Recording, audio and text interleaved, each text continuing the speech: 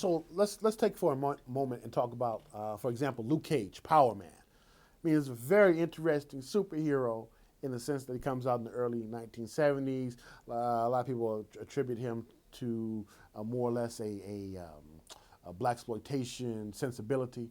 But my reading, of Luke Cage is more about how he represents a political symbolism.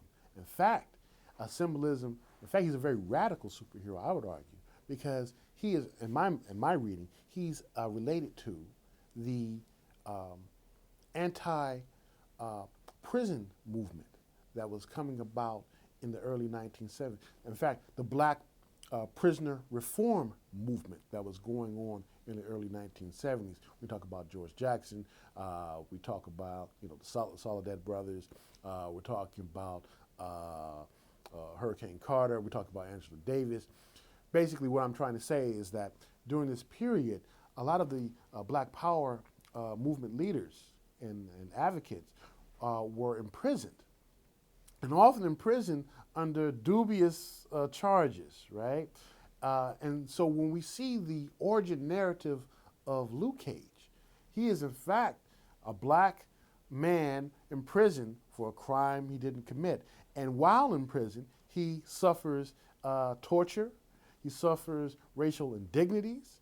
I mean, these were the same type of things that are going on with Attica and that movement for prison reform, right? And so his origin narrative is intimately wrapped up into this like political drama that's going on with the prison reform movement that's being advocated by black folk. In fact, Luke Cage becomes Power Man, if you want to put some more politics to it, because he signs on to do an experiment in the hopes that that will look good for him in front of the parole board, right?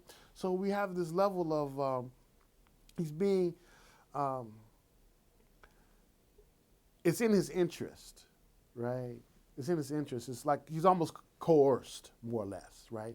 And now we're getting to issues of coercion. We're getting into issues of medical experimentation on black folk, right?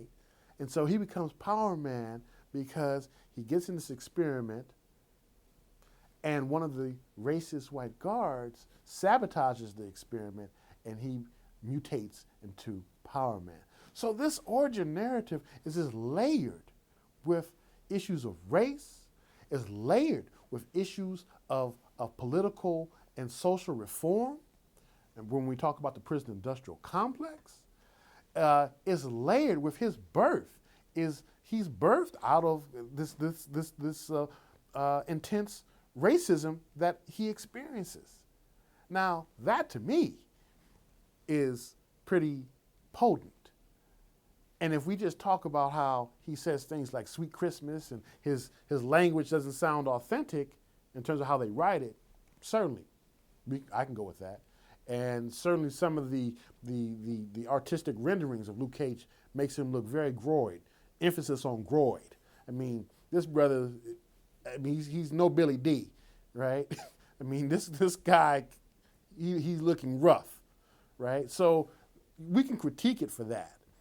But if we over-critique its shortcomings for it being a negative stereotype or not up to our own aesthetic sensibilities, then we miss this other important politicized, symbolic, racial awareness that is woven into this character. And that's something that we need to deal with.